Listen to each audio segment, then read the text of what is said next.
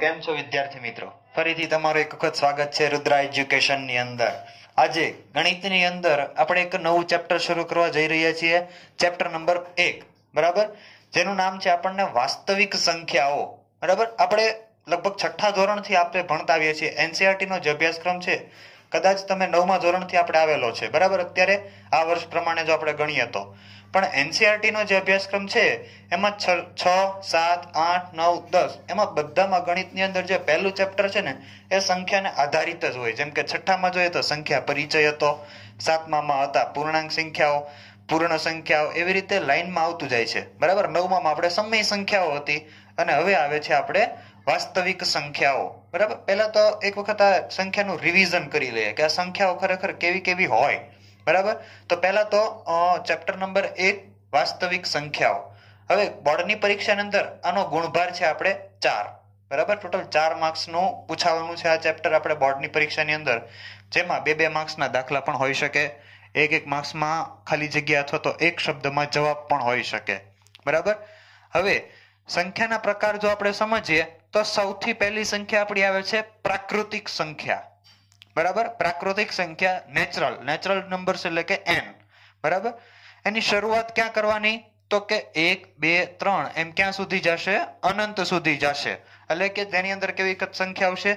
તો કે માત્ર ધન સંખ્યાઓ, 1 થી લઈ અને અનંત સુધીની ધન સંખ્યાઓ જશે. ત્યારબાદ એની પછીની સંખ્યા આવે છે પૂર્ણ સંખ્યા. હવે પૂર્ણ સંખ્યામાં પ્રાકૃતિક સંખ્યામાં શું ફેર કરવાનો? તો કે પૂર્ણ સંખ્યામાં પછી આપણે ક્યાંથી લેવાની છે? 0 થી, એટલે કે 0, 1, 2, 3 એમ અનંત સુધી, બરાબર. એટલે પૂર્ણ સંખ્યાની અંદર કઈ કઈ સંખ્યા આવશે? તો કે 0, 1, 2, 3 એટલે શરૂઆત ક્યાંથી થશે? 0 થી. ત્યારબાદ આપણે જોઈએ પૂર્ણાંક સંખ્યાઓ, બરાબર. પૂર્ણાંક સંખ્યાઓ z, એનો ગણ કહેવાશે ઇંગ્લિશમાં આપણે સાંકેતિક ભાષામાં z, બરાબર. એટલે કે વચ્ચે 0, ડાબી બાજુ આપણે ઋણ સંખ્યાઓ અનંત સુધી જશે અને જમણી બાજુ ધન સંખ્યાઓ અનંત સુધી જશે, બરાબર, પૂર્ણાંક સંખ્યાની અંદર. ત્યારબાદ આવે છે સમય સંખ્યાઓ, જે આપણે 9મા ધોરણની અંદર ભણી ગયા, બરાબર. સમય સંખ્યા એટલે કેવી સંખ્યા? તો કે જે સંખ્યાને p ના છેદમાં q સ્વરૂપે આપણે દર્શાવી શકીએ તેવી સંખ્યાને સમય સંખ્યા કહેવાય, બરાબર. p ના છેદમાં q સ્વરૂપ એટલે કેવું? તો કે અંશ અને છેદના સ્વરૂપમાં, બરાબર. જે સંખ્યાને એવા સ્વરૂપમાં આપણે દર્શાવી શકીએ તેને સમય સંખ્યા કહી શકીએ, બરાબર. હવે એની અંદર હંમેશા સમય સંખ્યા તમે લો એટલે એક આપણે 9મા ધોરણની અંદર જોયું તો કે તે સંખ્યા હંમેશા અનંત આવૃત હોય, અનંત આવૃત, બરાબર. જેમ કે આપણે ઉદાહરણ તરીકે જોઈએ કે 1/3 છે, બરાબર. હવે તમે 1/3 કરો તો જવાબ જો 0.3333 એમ અનંત સુધી હાલ્યા જ કરશે, બરાબર. એટલે શું? એકની એક સંખ્યા પુનરાવર્તન પામે છે. કઈ? તો કે 0. પછી 3 એના પુનરાવર્તન જ થાય છે. એટલે શું કહેવાય? પુનરાવર્તનનો મતલબ શું? તો કે એ સંખ્યા આવૃત થાય. એટલે અનંત સુધી પુનરાવર્તન થાય છે એટલે કે અનંત આવૃત, બરાબર. એ બધી સંખ્યા હંમેશા સમય સંખ્યા છે તે અનંત આવૃત સંખ્યા કહેવાશે. ત્યારબાદ જોઈએ અસમય સંખ્યાઓ. તો અસમય સંખ્યા એટલે કેવી સંખ્યા? તો કે જે સમય નથી તે અસમય, બરાબર. જે સંખ્યા સમય નથી તે સંખ્યા કેવી કહેવાશે? અસમય. બીજી કોઈ સ્પેસિફિક આની વાત નથી, બરાબર. આની અંદર કેવી સંખ્યા આવી શકે? હંમેશા કાં તો કોઈ અવિભાજ્ય સંખ્યાનું વર્ગમૂળ હોય, જેમ કે જો વર્ગમૂળ 2, પછી આ વર્ગમૂળ 3, વર્ગમૂળ 5, બરાબર. આ બધી સંખ્યા કેવી કહેવાય? અસમય સંખ્યા કહેવાશે. કેમ કે તમે એનું વર્ગમૂળ કાઢો, અવિભાજ્ય સંખ્યા છે, વર્ગમૂળ કાઢો એટલે તમને અનંત સુધી મળ્યા જ કરશે તે, બરાબર. એમાં કોઈ નંબરનું પુનરાવર્તન પણ નહીં થાય, બરાબર. એટલે એ સંખ્યાને આપણે કેવી કહેવાશે? અનંત અનાવૃત કહેવાશે. કેમ? કારણ કે એમાં કોઈ પણ અંકનું પુનરાવર્તન થતું નથી, એટલા માટે તેને શું કહેવાય? અનંત અનાવૃત. ફરીથી એક જો કહી દો, સમય સંખ્યા એટલે કેવી? અનંત આવૃત. અને અસમય એટલે કેવી? અનંત અનાવૃત, બરાબર. આ વસ્તુ ખાસ યાદ રાખી લેવાની છે. પછી એક કન્ફ્યુઝિંગ પ્રશ્ન પણ પૂછાઈ શકે આપણને કે આપણે પાઈ 22/7, બરાબર. બહુ મસ્ત સવાલ છે કે જો તમને એમ પૂછે સવાલની અંદર કે 22/7 એ સમય સંખ્યા છે કે અસમય સંખ્યા છે? હવે 22/7 ની કિંમત આપણને ખબર છે પાઈ, બરાબર. પણ જો 22/7 એટલે કે અંશ અને છેદના સ્વરૂપમાં સંખ્યા છે એટલે કેવી સંખ્યા કહેવાશે? સમય સંખ્યા કહેવાશે. પણ તમને જો સવાલ એવો પૂછે કે પાઈ એ કેવી સંખ્યા છે તો તમારો જવાબ શું આવી જશે અસમય સંખ્યા આવી જશે બરાબર આ એક વસ્તુ યાદ રાખવાનું છે જો તમને એમ પૂછે પાઈ એ કેવી સંખ્યા છે તો અસમય જો તમને એમ પૂછે 22/7 અથવા તો 3.14 એ કેવી સંખ્યા છે તો એ શેમાં આવશે સમય સંખ્યામાં આવશે હવે આ જેટલી પણ બધી સંખ્યા જોઈ એ બધી સંખ્યાનો બાપ એટલે કોણ આપણી આ વાસ્તવિક સંખ્યા બરાબર બધાને પોતપોતાની રીતે બધા એની અંદર સમાઈ જાય બરાબર એ કઈ વાસ્તવિક સંખ્યા r એટલે કે રિયલ નંબર્સ બરાબર જે વાસ્તવિક સંખ્યાનો ગણ આપણે કયો કહેશું r જેની અંદર આ બધી જ સંખ્યાનો સમાવેશ થઈ જશે ત્યારબાદ આપણે જોઈએ નવો ટોપિક છે યુક્લિડ બરાબર યુક્લિડ નામનો જે ગણિત શાસ્ત્રી છે તેનો એક ભાગાકારનો પૂર્વ પ્રમેય અથવા તો યુક્લિડની ભાગ પ્રવિધિ પણ આપણે કહી શકીએ બરાબર હવે આ ચેપ્ટરની અંદર આ યુક્લિડની ભાગ પ્રવિધિનો ઉપયોગ આપણે શેના માટે કરવાનો છે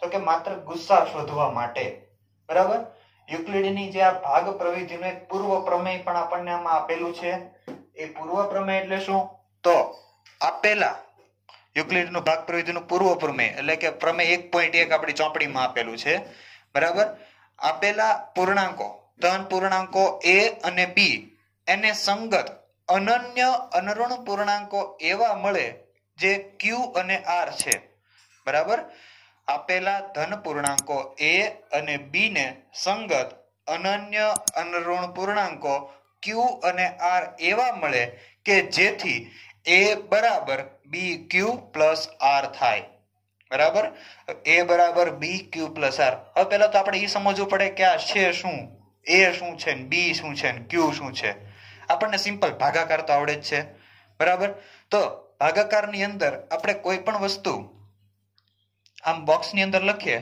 એટલે કે એ શું થઈ ગયો આપણો a જે આપણે શું કહેશું આને આપણું ભાજ્ય બરાબર અને એનો ભાગાકાર જો તમે b સાથે કરો એટલે કે ભાજક તો આપણને જવાબ એટલે કે ભાગફળ આપણને શું મળે q બરાબર અને શેષ આપણને કેટલી મળશે r હવે આને જો આપણે ઉદાહરણની રીતે લખીએ બરાબર તો હું અહીં જો એક ઉદાહરણ લખું છું તો કે 6/4 બરાબર 6/4 લખું છું તો 4 એકા 4 શેષ કેટલી મળશે મને 2 મળશે હવે યુક્લિડનું ભાગ પ્રવિધિનું જે પ્રમેય છે એ પદ્ધતિથી આપણે જો આ દાખલાને લખો હોય તો કેવી રીતે લખીએ તો જોઈએ તો જો આપણે શું કીધું a બરાબર bq plus r છે તો અહીંયા a બરાબર કેટલા છે આપણી પાસે 6 તો 6 બરાબર bq b એટલે શું આપણું ભાજક એટલે કેટલા છે અહીંયા 4 તો 4 b ગુણ્યા q q કેટલા છે 1 છે ભાગફળ પ્લસ શેષ તો શેષ કેટલી છે 2 તો આ પ્રમાણે યુક્લિડની ભાગ પ્રવિધિથી આપણે દાખલા ગણવાના છે શું કરવાનું છે a બરાબર bq plus r બરાબર એટલે કે જે આપણું ભાજ્ય છે તેના બરાબર એટલે કે ભાજક ગુણ્યા ભાગફળ વત્તા શેષ બસ માત્ર ભાગાકાર અને બાદબાકીથી જ આ દાખલા ગણવાના છે અને 2 માર્ક્સની અંદર મોસ્ટ ટાઈમ દાખલા છે આ બરાબર એટલે આ વસ્તુ આપણે શીખવાની છે હવે આમાં એક શરત પણ આપણને આપેલી છે કે આ જે શેષ છે તે હંમેશા એક ફિક્સ હોય ક્યાંથી ક્યાં સુધીની તો જે શેષ છે r બરાબર એ કાં તો 0 અથવા 0 કરતા મોટી બરાબર શેષ જે છે તે 0 અથવા 0 કરતા મોટી અને હંમેશા આ b કરતા નાની હોય આ ખાસ યાદ રાખવાનું છે આપણે જે શેષ r છે તે હંમેશા 0 અથવા 0 કરતા મોટી હોય અથવા તો b કરતા હંમેશા કેવી હશે નાની હશે બરાબર ત્યારબાદ આપણે જોઈએ સ્વાધ્યાય 1.1 બરાબર એના પ્રશ્ન નંબર 1 ની અંદર આપણને એવું કીધું છે કે યુક્લિડની ભાગ પ્રવિધિનો ઉપયોગ કરી અને ગુસ્સા મેળવો બરાબર જેમાં બે સંખ્યા આપણને આપેલી છે 135 અને 225 હવે દરેક વખતે જ્યારે આપણને આવું પૂછે કે યુક્લિડની ભાગ પ્રવિધિનો ઉપયોગ કરીને ગુસ્સા શોધવાનો કે એટલે બે સંખ્યામાંથી પહેલા તો મોટી સંખ્યા પકડી લેવાની મોટી સંખ્યા કઈ છે આપણી પાસે અહીંયા 225 તો લખીએ અહીં 225 ગ્રેટર ધેન 135 બરાબર નિશાની ખબર ન રહે તો આપણે યાદ શું રાખવાનો કે આપણા ઘરમાં મોટો ભાઈ હોય એ હંમેશા નાના ભાઈને મારતો હોય એટલે મોટો હોય એ નાનાને કોણી મારે બરાબર હું મોટો હોય એ નાનાને કોણી મારે બરાબર એટલે 225 ગ્રેટર ધેન 135 બરાબર બે સંખ્યા મોટી સંખ્યા, બે માંથી મોટી સંખ્યા જે મળી ગઈ. હવે ભાગાકાર શરૂ કરવાનો છે. તો જે મોટી સંખ્યાનો ભાગાકાર છે તે કોની સાથે કરવાનો? 135 એટલે કે નાની સંખ્યા વડે. બરાબર. તો જો અહીં ભાગાકાર કરીએ આપણે 225 135. બરાબર. ભાગાકાર કરવાના છે તો ભાગાકારમાં ભાગ ચલાવીએ તો 135 ગુણ્યા 1 કરીએ એટલે 135. શેષ આપણને અહીંયા મળે છે 90. હવે જે રીતે આવે છે પહેલા તો યુક્લિડના ભાગ પ્રવિધિનું સૂત્ર લખી દઈએ. આપણને ખબર છે a બરાબર bq પ્લસ r છે આપણી પાસે આવું યુક્લિડની ભાગ પ્રવિધિનું સૂત્ર, જેમાં a બરાબર શું બનશે અહીંયા આપણા 225 બરાબર b એટલે શું બને 135 એટલે કે 135 ગુણ્યા q શું બનશે આપણો ભાગફળ 1 અને પ્લસ r શું બને આપણી શેષ એટલે કે 90 થઈ જશે. બરાબર. પછી બીજો ભાગાકાર કરવાનો. કેવી રીતે? તો કે આ ભાગાકાર ક્યાં સુધી ચલાવવાનો છે? તો કે જ્યાં સુધી આપણને શેષ 0 ન મળે ને ત્યાં સુધી. હવે આ જે શેષ મળે છે એનો જ ભાગાકાર આપણે કોની સાથે કરી દેવાનો છે? 135 સાથે. બરાબર. તો જે શેષ મળ્યો એનો જ ભાગાકાર આપણે કોની સાથે કરી દેશું? 135 સાથે. તો 90 ગુણ્યા 1 એટલે કે 90. તો આપણને અહીંયા શેષ કેટલી મળશે? 45 મળશે. બરાબર. આમ ભાગાકાર આપણે કન્ટિન્યુઅસ સિક્વન્સમાં ચલાવે જ જવાનો. ક્યાં સુધી? જ્યાં સુધી આપણી શેષ અહીં 0 ન થાય ને ત્યાં સુધી. બરાબર. એટલે 45 ગુણ્યા એટલે 45 આપણી શું આવશે? શેષ. એટલે કે હવે આ ભાગાકાર ભૂલી જાવ. હવે એટલા માટે શું રહ્યું? a બરાબર આપણો અહીંયા 135 પછી 90 ગુણ્યા 1 90 ગુણ્યા 1 પ્લસ કેટલા થઈ જશે અહીંયા? 45 એટલે કે પ્લસ 45. હજી શેષ આપણને 0 નથી મળે એટલે હજી ભાગાકાર કરવાનો. હવે આ 45 નો ભાગાકાર કોની સાથે કરશું? તો જે વધેલું છે એની સાથે. એટલે 45 નો ભાગાકાર કોની સાથે જશે? 90 સાથે. તો આપણને ખબર છે 45 દુ 90. જો શેષ 0 મળી ગયા આપણને, બસ હવે નિરાત લઈ લેવાની. શેષ 0 મળે એટલે કર હાશ એમ બોલી જવું, કારણ કે ભાગાકારમાં બાદબાકી બી પડશે ને ક્યારેક ક્યારેક. બરાબર. તો જો 90 બરાબર એ બરાબર કેટલા છે આપણે અહીંયા? 90. 45 ગુણ્યા 2 45 ગુણ્યા 2 શેષ કેટલી આવી ગઈ? 0. એટલે કે શેષ 0 મળી ગઈ. હવે શેષ 0 મળે એટલે આની ઉપરથી તરત જ આપણને ગુસ્સા મળી જાય. બરાબર. હવે છેલ્લું જે સ્ટેપ છે એમાં ભાજક એટલે કે આપણો શું હોય? b. બરાબર. એ જ આપણો ગુસ્સા. બરાબર. પણ ઘણી વખત ભૂલાઈ જાય કે ભાજક કયો છે, કાં તો પછી આ માટાવડું લખી નાખ્યું હોય ઘણાએ, આમ લખી નાખ્યું અમુક 2 ગુણ્યા 45. બરાબર. તો જવાબ તમારો ખોટો આવી શકે. બરાબર. બે જવાબ નથી આપણો અહીંયા. જવાબ શું છે આપણો? 45 છે. પણ ભૂલાઈ જાય તો શું કરવાનું? તો કે 0 ની ઉપરની જે શેષ હોય એ જ આપણો ગુસ્સા હોય. બરાબર. જો અહીંયા પણ આપણો ભાજક લખીએ. અહીં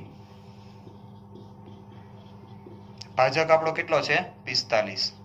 માટે આપણો ગુસ્સા પણ કેટલો થઈ જશે? 45. એટલે કે આ રીતે આપણે યુક્લિડની ભાગ પ્રવિધિથી આપણે ગુસ્સા શોધવાના છે. સિમ્પલ. માત્ર ભાગાકાર જ કરવાના છે. ક્યાં સુધી? જ્યાં સુધી શેષ 0 આપણી ન મળે ત્યાં. દાખલા નંબર 2. રકમની અંદર આપણને એવું આપ્યું છે 196 અને 38220. યુક્લિડની ભાગ પ્રવિધિની પદ્ધતિથી આપણે આનો ગુસ્સા શોધવાનો છે. તો સૌપ્રથમ આપણે શું કીધું? પહેલું જ કામ મોટી સંખ્યાને પકડી લો. બરાબર. એટલે મોટો હશે એ નાના કોણી મારશે. એટલે કે અહીં 38220 છે એ નાના કોણી મારશે એટલે કે ગ્રેટર ધેન 196. બીજું સ્ટેપ કયું? તો કે મોટી સંખ્યાનો નાની સંખ્યા વડે ભાગાકાર કરી દો. તો જો આપણે ભાગાકાર કરીએ તો 38220 ભાગ્યા 196. ભાગાકારોમાં પ્રોબ્લેમ આવશે, સમય લેશે. બરાબર.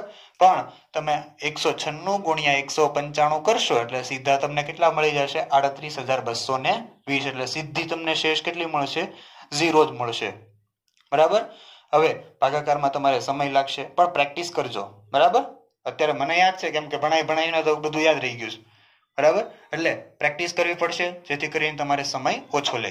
તો સીધો આપણને શું મળી ગયું? અહીંયા પહેલા લખીએ આપણે a બરાબર bq પ્લસ r છે. તો a બરાબર કેટલા છે આપણી પાસે? 38220. જેમાં b બરાબર કેટલા? 196 ગુણ્યા q બરાબર કેટલા? 195 પ્લસ શેષ કેટલી આવી ગઈ સીધી આપણી? 0. તો અહીંયા ભાજક આપણું કયું છે? 196. તો લખી દઈએ અહીં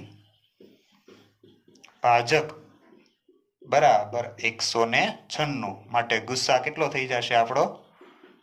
196 બરાબર. તો આ જ આપણો ગુસ્સા સીધો મળી જશે.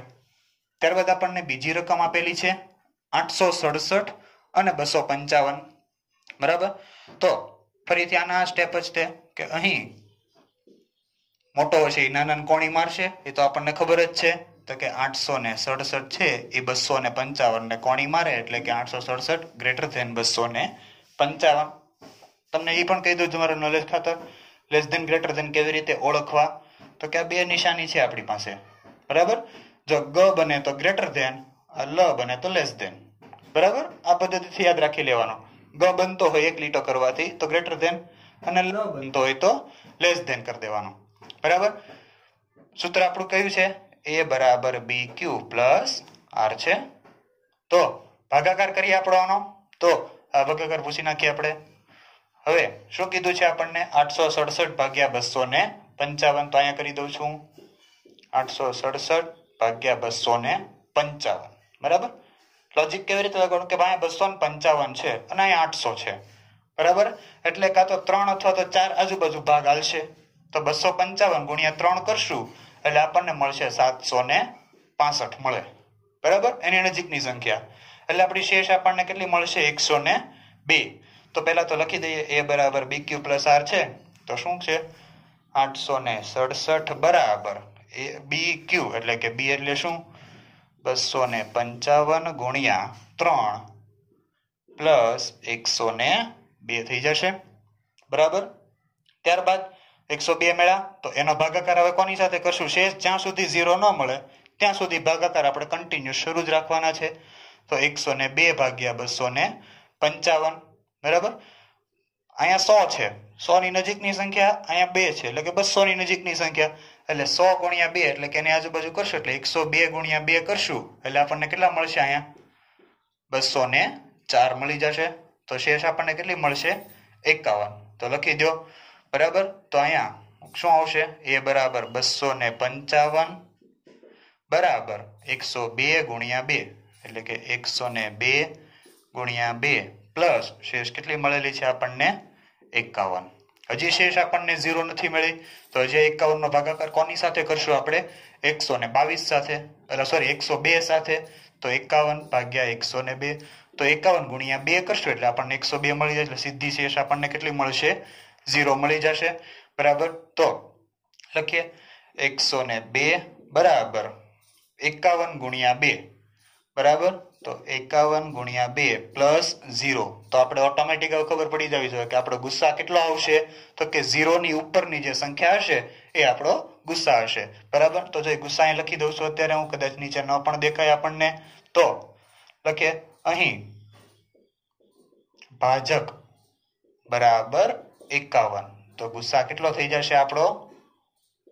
51 જે આપણો જવાબ. તો યુક્લિડની ભાગ પ્રવિધિની મદદથી, માત્ર ભાગાકારની મદદથી જ આપણે ગુસ્સા શોધી શકીએ છીએ કોઈ પણ સંખ્યાના.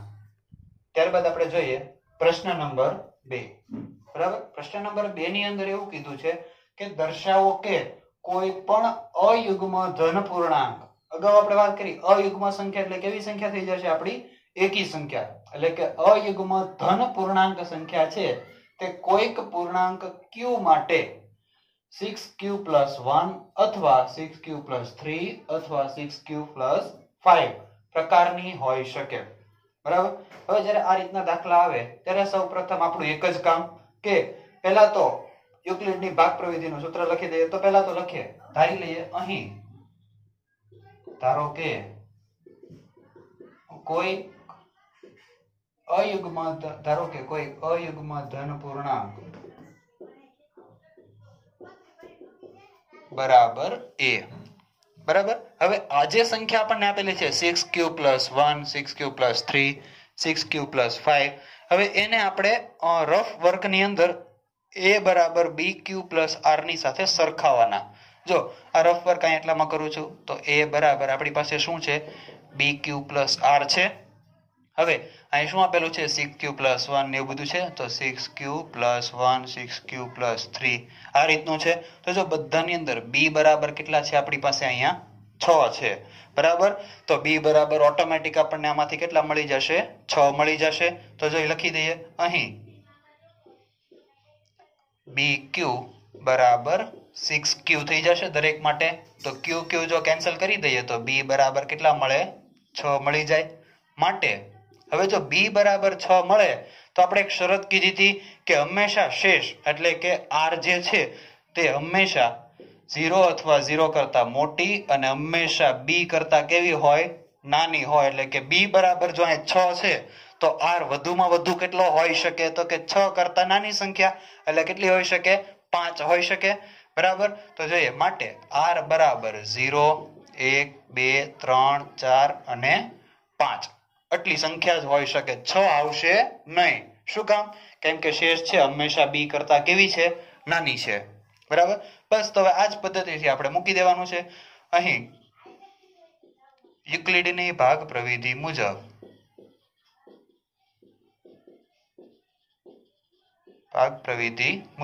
એ બરાબર આપણી પાસે શું છે? બી ક્યુ પ્લસ આર. હવે બી બરાબર તો આપણી પાસે ઓલરેડી છે જ 6 એટલે એ બરાબર 6q પ્લસ આર એટલે કે બધી કિંમત એક પછી એક મૂકી દેવાની છે.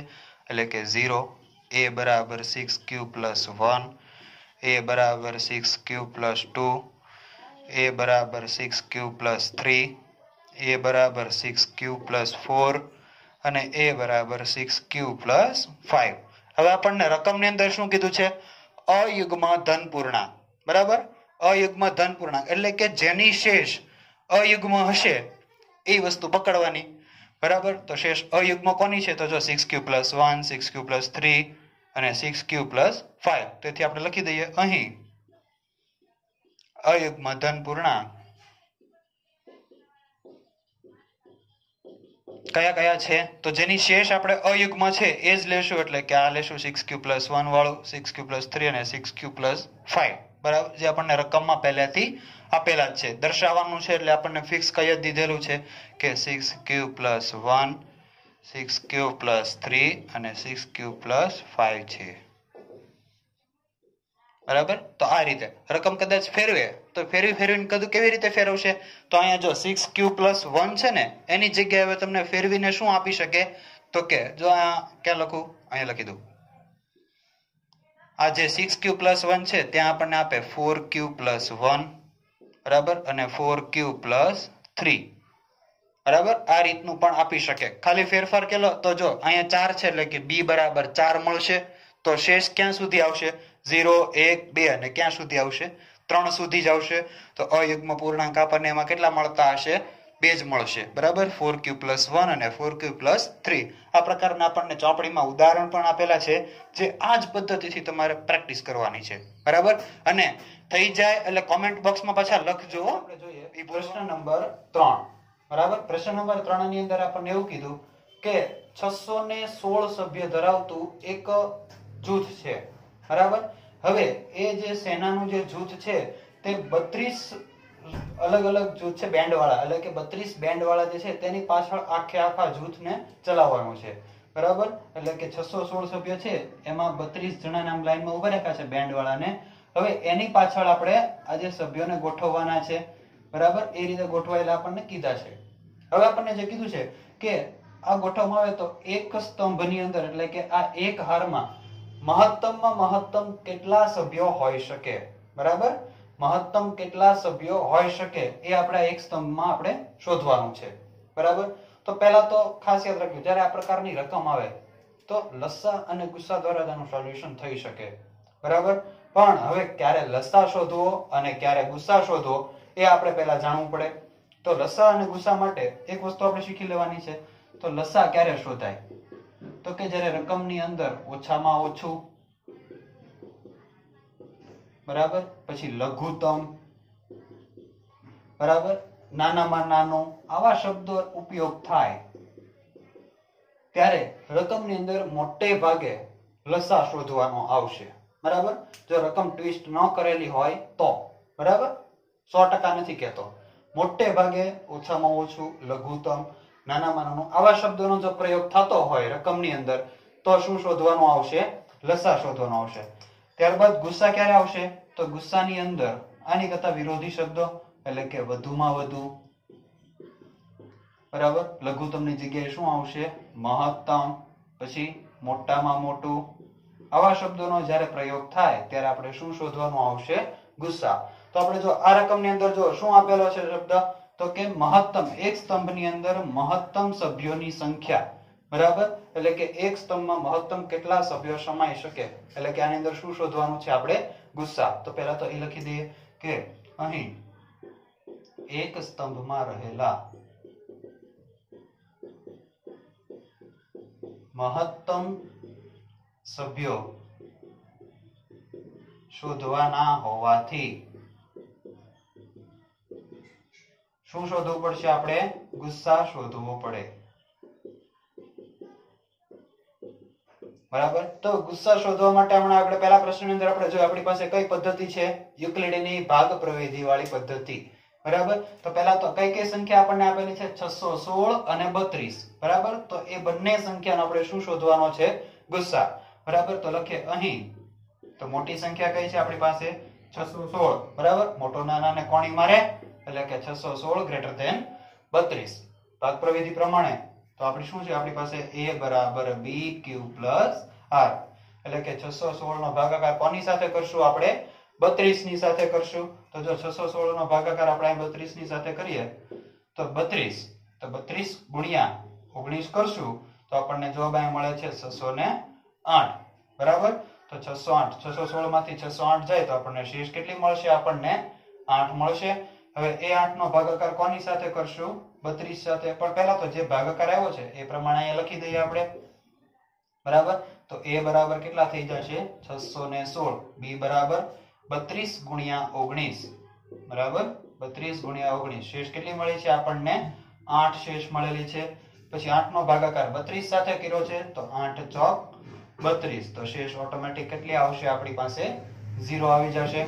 તો જો લખીએ તો 32 બરાબર 8 ગુણ્યા 4 પ્લસ 0. તો આપણો અહીં ભાજક કયો થઈ ગયો? 8 થઈ ગયો. તો ગુસ્સા કેટલો આવશે?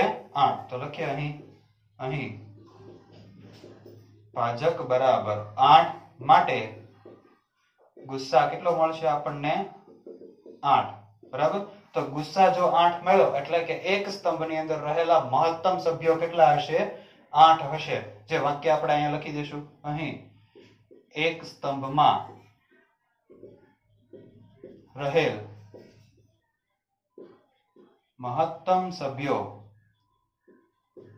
8 હોય, બરાબર. જ્યારે આવા રકમ આધારિત પ્રશ્ન હોય ત્યારે આવા વાક્ય આપણે લખી દેવા, જેથી કરીને આપણો માર્ક્સ જઈ શકે નહીં. ત્યારબાદ વિદ્યાર્થી મિત્રો અહીંયા ડિસ્પ્લે ઉપર અમુક રકમ તમારા પ્રેક્ટિસ માટે ડિસ્પ્લે કરું છું, જે યુક્લિડની ભાગ પ્રવિધિની મદદથી તમારે ગુસ્સા શોધવાનો છે. અને આના જવાબ તમારે મને નીચે કમેન્ટ બોક્સમાં તમારે કહેવાના છે, દાખલા પ્રેક્ટિસ કરીને. અને શ્યોર મારો ફીડબેક પણ તમને મળશે અને મારો રિપ્લાય પણ તમને મળશે કે તમારો જવાબ સાચો છે કે ખોટો છે, કઈ જગ્યાએ ભૂલ છે, બરાબર. એ બધી જ વસ્તુ હું તમને નીચે કમેન્ટ બોક્સની અંદર કહીશ. અને જો તમને અમારા વિડીયો પસંદ આવતા હોય તો લાઈક, શેર અને સબસ્ક્રાઇબ આ 3 વસ્તુ કરવાનું ભૂલવાનું નથી. અને તમારા મિત્રો સાથે તો શેર કરજો જ, બરાબર.